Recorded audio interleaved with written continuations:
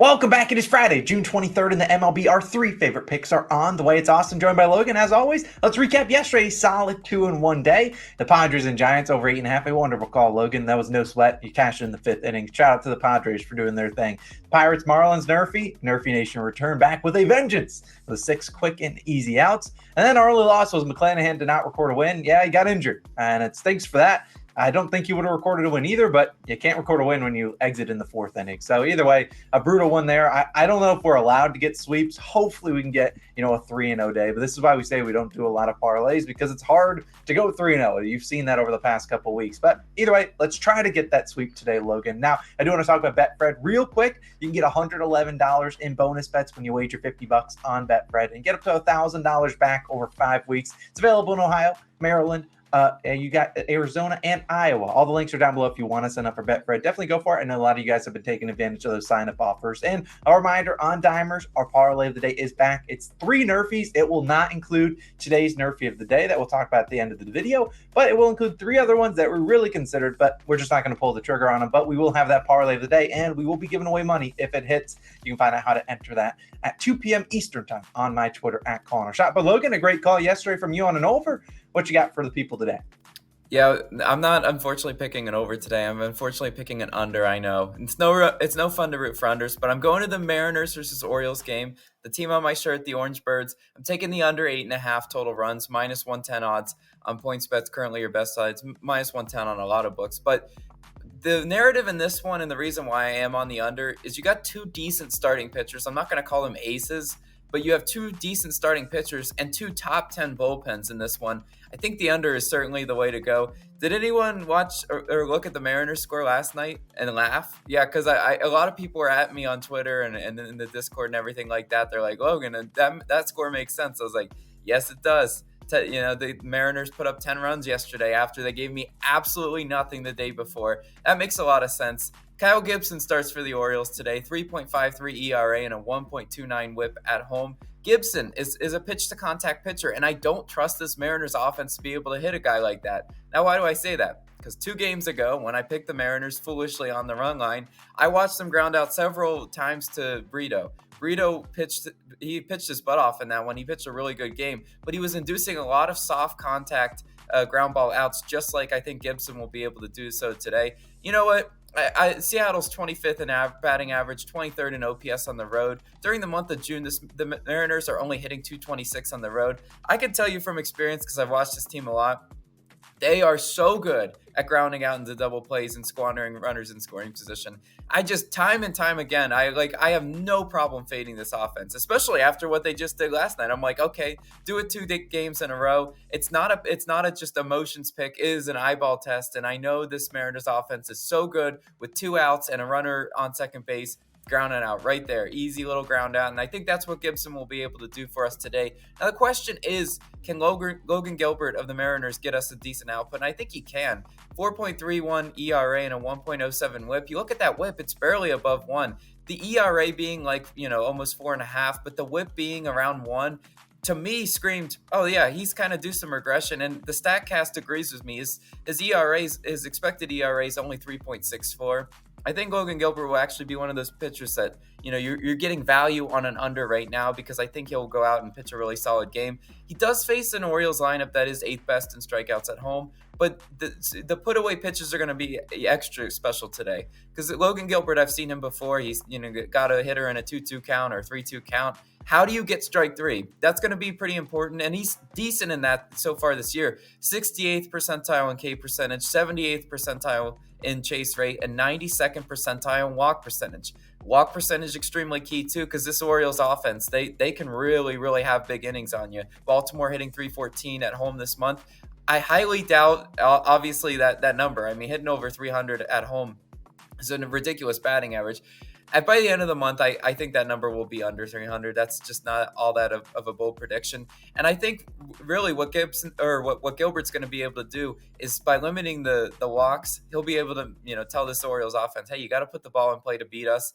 And I think he'll actually be really solid today. And once these 2 starting pitchers come out, you got the bullpens, which is another big strong evidence of why I do like an under. Seattle 5th in bullpen ERA, Baltimore 8th in bullpen ERA. You have 2 top 10 bullpens, and I've watched each of these bullpens too. They have some really filthy relievers that come in and just throw pitches that these hitters don't even know what to do with.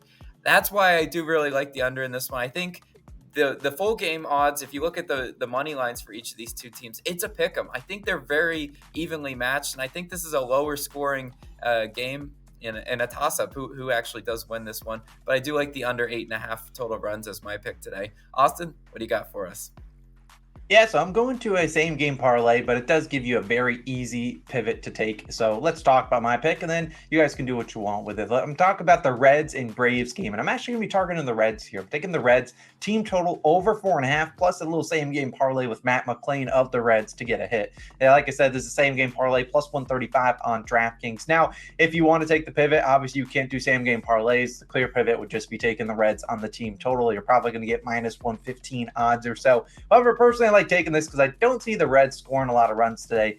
If their number 2 hitter Matt McClain is not at least doing something, I think he can easily get on base. We've talked about McClain a lot. You could honestly go with a couple different Reds hitters if you want. I just really like McClain. As you guys probably know, he's normally been pretty consistent. He has a hit in 27 of 33 games that he started in. I think he's going to be out there today. But before we get into McClain, let's actually talk about this one and talk about why I think the Reds are going to have a chance of scoring some runs here. Now, they are obviously at home where I like to trust this offense, and they're going up against A.J. Smith-Shawver. Now, the last time he was supposed to pitch, Logan tried to take the Phillies on the money line, but that game got obviously canceled, and then they played yesterday. They moved his start again another day. They started Bryce Elder yesterday. But you look at Smith-Shawver, look at his numbers: 2.03 ERA, a .98 WHIP. I mean, he's been really good. He's made 3 appearances this year. One was not a start; it was on the road in the Diamondbacks. Was his first appearance, and his last 2 starts have been at home. And his last start actually got a little bit rocky there. 6 hits. It was to the Rockies as well. 6 hits, 3 earned runs, 2 of those being home runs, and 5 2/3 innings pitched. So clearly, the Rockies saw a little bit something. This is a young pitcher. This is a guy that's only 20 years old, and he's coming in. This will be his first ever road start. Obviously, he had 1 road appearance against the Diamondbacks, but that was not a start. You're not coming out there when the crowd's out there engaged, and I wouldn't be surprised if this is a pretty busy night in Cincinnati. I mean, this is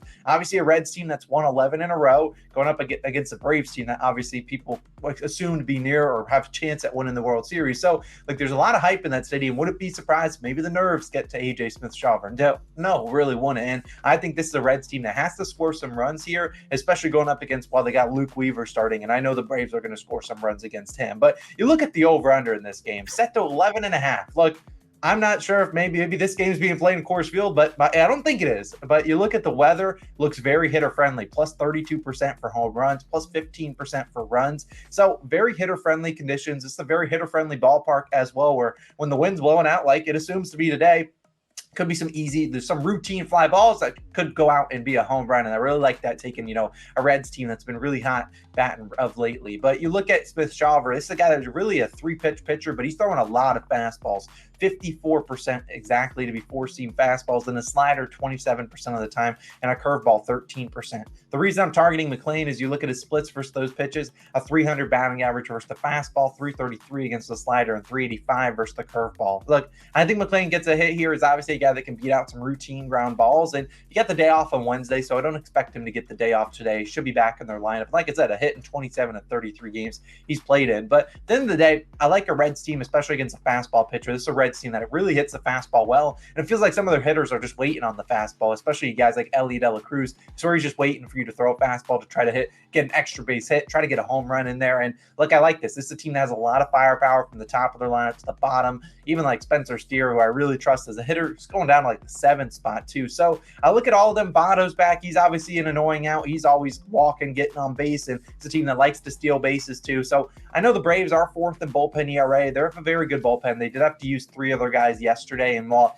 they obviously have more than 3 guys in that bullpen, this is a team coming off, Phillies game that maybe they used their better relievers in that game, given it was a divisional game. So I think there's a Reds team that can manufacture some runs early, can manufacture them late. I really like them. I think if they're going to score 5 runs, I think you got McClain getting a hit. So we're getting plus 135 on the same game parlay. Just putting a unit on it to win 1.35. I love me some plus value on this Friday. I'll take it. Same game parlay. Matt McClain to record a hit, and the Reds team total over 4.5. That's my favorite play. But Logan, you know what time it is. It's NRFI Nation time, baby. Get the flags out. Yesterday, NRFI Nation returned with a sweet, sweet winner. And hopefully we can do the same today. Now, we will not be on the Marlins Nerf. sad news. It is in the parlay of the day if you want to go check out why we like that one too. But today we're going to a different one, and hopefully that doesn't bite us if the Marlins NRFI cashes. But hopefully this one cashes too, because we're going to Brewers and Guardians, taking the no run first inning, minus 120 on BetMGM. We really think this is a good one. I don't see this getting much more juice than this. If you want to bet the tie, you can. I think FanDuel have this at about minus 135. That's probably the highest I would go here. But let's talk about Shane Bieber, who's going to lead it off for the Guardians. Now, Shane Bieber enters this game, and he's been pretty good on NRFIs. He's 13-2 to be exact. Done it in 11 straight games. And the Brewers are a first inning offense that when they score in bunches. They're 8th in first inning runs. They have NRFI'd in 5 straight games. And honestly, I'm fine baiting the Brewers. If they're going to score, 3 or 4 runs probably on Bieber. And I normally, when Bieber gives up runs, it feels like they come in bunches as well. So I'm certainly confident Shane Bieber can come out here, get us those first 3 outs. He's a talented pitcher, one of the best the Guardians have to offer. I certainly think he can get us those first 3 outs. Who's on the other side, Logan? Yeah, it's going to be Wade Miley starting for the Brewers today. Wade Miley, decent NRFI record as well, 8-1 on NRFIs this year. He's NRFI'd in 7 straight. Guardians, he faced the Guardians offense that has 16th in first inning runs. The Guardians themselves have NRFI'd in 3 straight games. So hopefully we can make that 4 today. We looked at the splits of Wade Miley against this, the Guardians batters who he's going to probably face. It's decent splits versus like the Jose Ramirez, type like that. Those key crucial outs in the 3, 4, 5 spot to cash a NRFI, he has decent splits against. I'm hoping Wade Miley can get the job done for us. We see an over-under set to 8. Solid range, which we do like to pick these. I think we stand a really good chance of cashing this one. Of course, we're going to get so many comments of like, why not the Marlins NRFI? Why not the Marlins NRFI? This one just has stronger pitching. I mean, the offenses in the Marlins game is undeniably worse, but the pitching in this one is a lot better because in that one you have Luis Ortiz, is a little bit suspect. Shane Bieber and Wade Miley are 2 ace pitchers for their teams. I think we should see six quick and easy outs, right, Austin? Let's go NRFI Nation. I don't know if you can get 6 quick and easy outs with Steven Kwan in there, but I do think this one's got a good chance. Like you talked about, Luis Ortiz, I think 4 and 3 on NRFI. So we know Luzardo is pretty good, but NRFI Nation, we like this one a little bit better. Obviously, rooting for that one to hit, though, because our parlay of the day includes it, including 2 other NRFIs. You can check it out right on the screen. Click that link. You can also check out some other videos if you want to. But Logan, let's fly these flags. Let's hopefully get the 3-0 sweep because it's getting dusty over there. And we'll see you guys back in tomorrow for some more picks. We'll see you then. Peace.